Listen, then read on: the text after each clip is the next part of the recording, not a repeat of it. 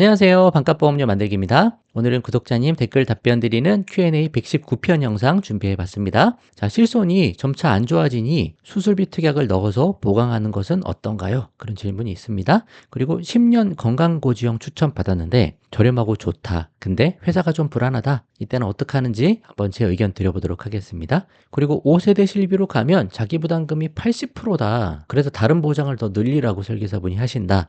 이 부분 한번 제가 설명드려보고요. 심장질환 진단비가 허혈성 심장질환보다 그리고 급성심경색보다 보장이 더 넓던데 이거 가입하면 손해인가요? 라는 질문이 있습니다. 제 관점에서 한번 답변 드려볼게요. 한번 리모델링 하실 때 참고해보세요. 시작해 보도록 하겠습니다.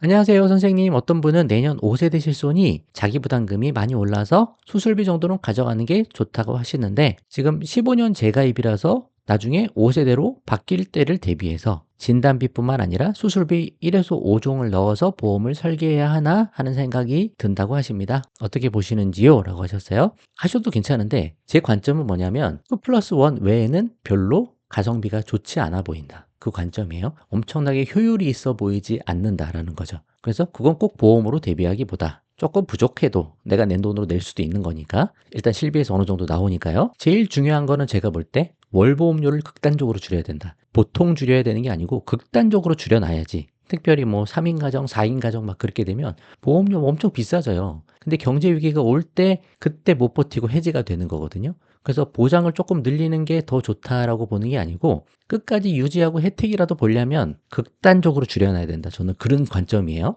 그래서 조금 덜 효율적이다라고 보는 건 그냥 이건 보험으로 대비 안 한다라고 보는 거죠. 어떻게든 보험료 줄이고 뭐 다른 거 해서 내 자산 계속 키워나가서 내 자산을 믿어야지 보험을 자꾸 믿어서 되는 게 아니다. 저는 그렇게 보는 입장이에요. 그렇게 따져봤을 때 수술비를 꼭 해야 되냐? 저는 별로 안 해도 될 것 같아. 제 관점은 그렇습니다. 예전에 만들어드린 것도 그래요. 인구 10만 명당 주요 수술 환자 수를 보면 2019년 데이터인데 10만 명당 3,200명 정도가 매년 수술을 합니다. 그러니까 100명당 3.2명, 한 3명 정도 된다는 거예요.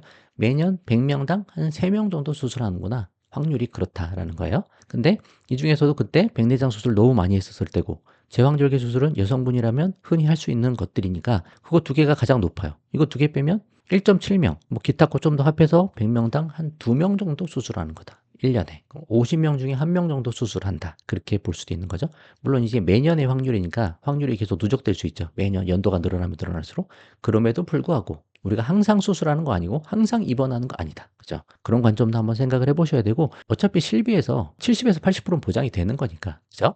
또 종수술비 같은 거 보니까 예전에도 많이 받는 수술들 백내장, 제왕절개 그리고 치익수술 다 1종에 들어가 있더라. 척추수술은 조금 높죠. 2종, 3종 갈 수 있는데 그래서 보험회사가 좀 민감한 거고 그 외의 수술들은 건수가 많이 줄어듭니다. 여기 보시면 뭐 800, 600, 300 가다가 이제 100대로 쭉 떨어지잖아요. 그럼 이런 수술할 확률은 사실은 더 적을 수 있어요. 그래서 5종 수술에서 지금 뭐 400만 원 정도짜리를 갖고 와 봤던 건데 이제 뭐 더 많이도 가입할 수 있나 봅니다. 근데 그럴수록 보험료는 더 비싸지는 거겠죠? 그죠? 보험료 비싸지고 뭐 1종, 2종 이거 받아봐야 크게 유리한 그런 것도 아니에요. 있으나 없으나 대세에 영향을 주는 게 아니라는 거죠. 이제 보험으로 자꾸 이것저것 다 대비하고 싶다. 그 생각을 버려야 된다. 보건보험으로 해결할 수 있는 건 한계가 있고 우리가 크게 유리하지 않다. 그렇게 보는 거예요. 실비 빼고는 사실 우리한테 크게 유리한 거 없습니다. 3대 진단비도 우리가 유리하지는 않아요. 그러나 그거는 너무 중대하니까 그것까지는 준비하자는 거죠. 이런 관점도 한번 생각해 보시고 결정해 보시면 좋겠습니다.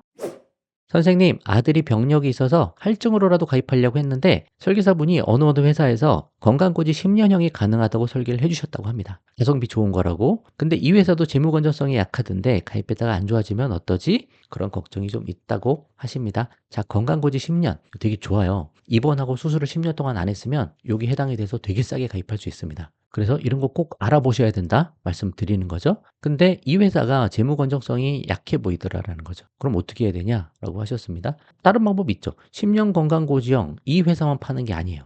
다른 회사도 다 팝니다. 그러니까 또 다른 회사 계속 알아보시면 되는 거예요. 요즘 MG 손보 때문에 뭐 다들 이런 걱정을 많이 하시죠. 그래서 지금 말씀드리는 게 뭐예요? 실비 가입한 회사랑 3대 질병 진단비 보험 요 두 개도 회사를 나누자. 그 얘기 드리는 거고 3대 질병 진단비 가입할 때도 암 진단비 같은 경우는 5천만 원을 넣을 걸 두 개로 나누자. 그렇게까지도 지금 얘기를 하고 있는 겁니다. 지금 재무 건전성이 좋아 보여도 언제 어떻게 될지 몰라요. MG손보 같은 경우 보니까 보험 사업은 잘했는데 투자를 잘못했어요. 그래서 대량의 손실이 나서 이런 문제가 생기더라. 언제 어떻게 될지 아무도 모르는 겁니다. 그래도 지금 당장 가입할 때 조금 더 괜찮은 회사로 가입하는 게 좋을 수도 있으니 이런 게 걱정이 되시면 다른 회사 상품도 더 알아봐 달라고 얘기를 하세요. 혹시 이 회사만 파시는 분이면 다른 회사도 같이 파시는 대리점한테도 한번 문의를 해보셔서 여러 회사를 견적을 받아보시죠. 그렇게 풀어가 보시면 좋을 것 같습니다. 자, 보험 알아보고 있는데 이제 80세 만기는 없고 90세 만기만 있는 모양이다. 설계사분이 90세가 최저라고 한다. 어디 어디 회사라고 하셨어요. 자, 그런 게 어디 있습니까? 이거 잘못된 내용이고 80세 만기 많습니다. 그래서 80세 만기를 하고 싶으시면 다른 회사 알아보셔도 되고 다른 설계사 알아보셔도 된다. 그리고 또 설계사가 하는 내용이 나중에 5세대로 실비가 갱신이 돼버리면 이제 재가입 주기가 있는 상품이면 나중에 5세대로 바뀌게 되겠죠. 자동으로. 자기부담금이 20에서 80% 증가하게 되는데 이거 생각하면 100세까지 끌고 나가야 된다라고 한다. 그러니까 이 상품을 100세로 가입을 해야 된다. 실비가 자기부담금이 80% 증가하니까. 근데 이거는 일부는 맞고 일부는 틀린 거예요. 5세대 실손 나오면서 정책 토론회를 했고 거기서 일부 비중증 비급여가 관리급여로 포함됐을 때 그때 90% 이상 자기부담이 될 수 있다라는 거지. 일부 비중증 비급여에만 해당되는 거예요. 다 해당되는 것도 아니에요. 뭐 도수치료 같은 게 해당이 될 수도 있다 그런 내용이 나오는 거죠. 그것 빼고는 다 기존에 보장받듯이 비급여 70% 보장받는 겁니다. 자기부담금이 30%라는 거죠. 그러니까 다 80%로 가는 게 아니고 아주 극히 일부분만 80%로 갈 수 있다는 거지. 그러니까 이거 하나 때문에 꼭 나머지 보험을 이렇게 준비해야 돼요. 그거는 사실이 아니다 라고 말씀드리고 싶습니다. 저는 다른 분들도 만나보셨으면 좋겠어요. 정확한 사실을 전달해 줘야죠. 그죠? 그렇게 말씀드려 보겠습니다. 자, 부정맥, 심방세동, 심실세동 같은 심장질환이 허혈성 심장질환보다 보장 범위가 더 크던데요. 이거 가입하면 손해인가요? 손해는 아니죠. 자, 허혈성 심장질환보다 더 넓은 게 심장질환 진단비. 뭐 부정맥, 심부전, 빈맥 이런 것들이 더 포함이 되죠. 가장 중증이 뭐예요? 저는 여기까지만 가입하자 말씀드리죠. 뇌 쪽도 어떻게 해요? 뇌졸중까지만 가입하자.